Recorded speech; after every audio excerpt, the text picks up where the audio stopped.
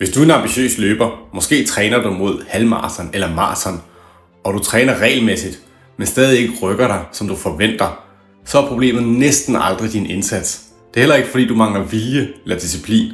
Problemet er næsten altid måden, du strukturerer din træning på. For de fleste løbere gør præcis det samme. De løber deres ture. De følger måske et standardprogram. De presser tempoet, når de føler sig stærke. Måske tager de et intervalpas eller en langtur i weekenden. Og så håber de, at formen automatisk følger med. Men sådan fungerer træning ikke. Og hvis du bare løber nok uden den rigtige struktur, så sker der ofte det samme som de fleste andre løbere. Du står stille, du bliver småskadet, eller også føles træningen bare hårdere, uden du bliver hurtigere. Og det er her, det begynder at koste. For uge efter uge lægger du timer i din træning. Du løber din pas. Du forsøger at presse lidt mere ud af dig selv. Du justerer måske lidt på tempo eller distance, men resultaterne ændrer sig ikke rigtigt.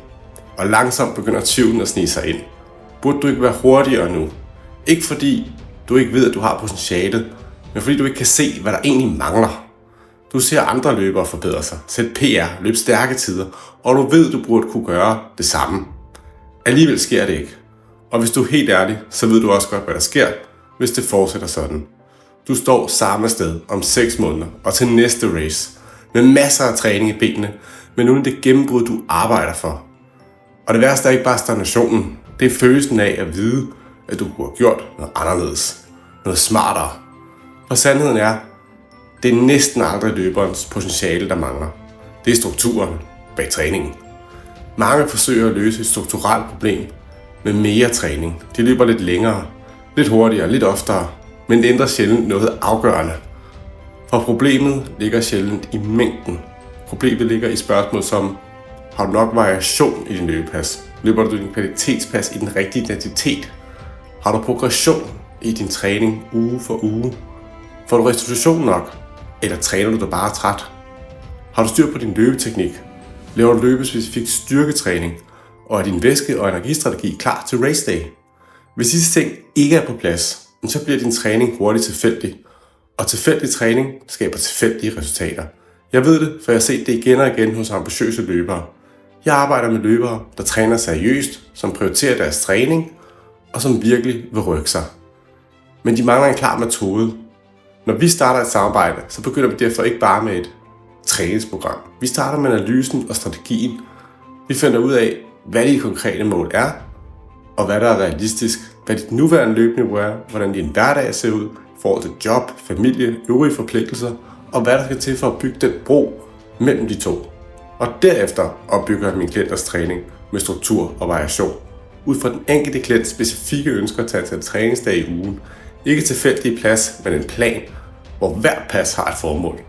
Det hjælper med at ramme den rigtige intensitet i din træningspas, at strukturere dine langture, inklusive maratonpuls, hvor det giver mening. Det hjælper med at optimere din løbeteknik, at integrere relevant styrketræning, planlægge restitution og timing og lægge en konkret puls, væske og energistrategi i forhold til dine konkurrencer og nøglemål. Det handler ikke om at træne mere, det handler om at træne rigtigt. Lad mig give dig et konkret eksempel. Jakob Jensen på 46 år. Han havde altid løbet uden nogen særlig struktur. Løbet de ture, der gav mening på dagen. Deltaget i et hav af halvmaratonløb uden de store forbedringer. Vi ændrede strukturen. Vi justerede intensiteterne. Vi byggede en progression ind. Vi arbejdede med hans langture, inklusive konkurrencepuls. Og vi lagde en klar strategi for race day. Resultatet, efter mindre end 10 uger med struktureret træningsplan og tekniktræning, forbedrede han sin halvmaratontid med 10 minutter. Sin PR på 10K med cirka 4 minutter og sin PR på 5 km med over 2 minutter. Det er ikke tilfældigt, det er struktur.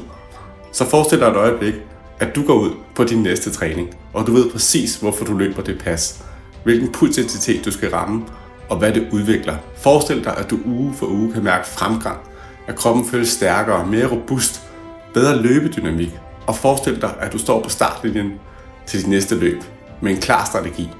Du ved, hvordan du åbner med den rigtige puls, hvordan du disponerer, og hvordan du håndterer de forskellige faser af et langdistanceløb. Og du gennemfører dit løb, uden at gå ned. Ikke fordi du var heldig, men fordi du var forberedt. Så lad mig stille dig et ærligt spørgsmål. Hvis du fortsætter præcis som nu, med den samme struktur, eller mangel på samme, den samme tilgang, hvor er du så om 6 måneder? Hvis du vil finde ud af, hvad der konkret holder dig tilbage, så book en gratis breakthrough-session online. Jeg tager gerne en uforpligtende snak, hvor vi ser på din nuværende træning, din struktur, dine mål og hvad der konkret skal ændres for at du rykker dig. Du får en ærlig vurdering og vigtigst af alt, klarhed over, om det du gør i dag er nok, eller om der skal gøre noget anderledes.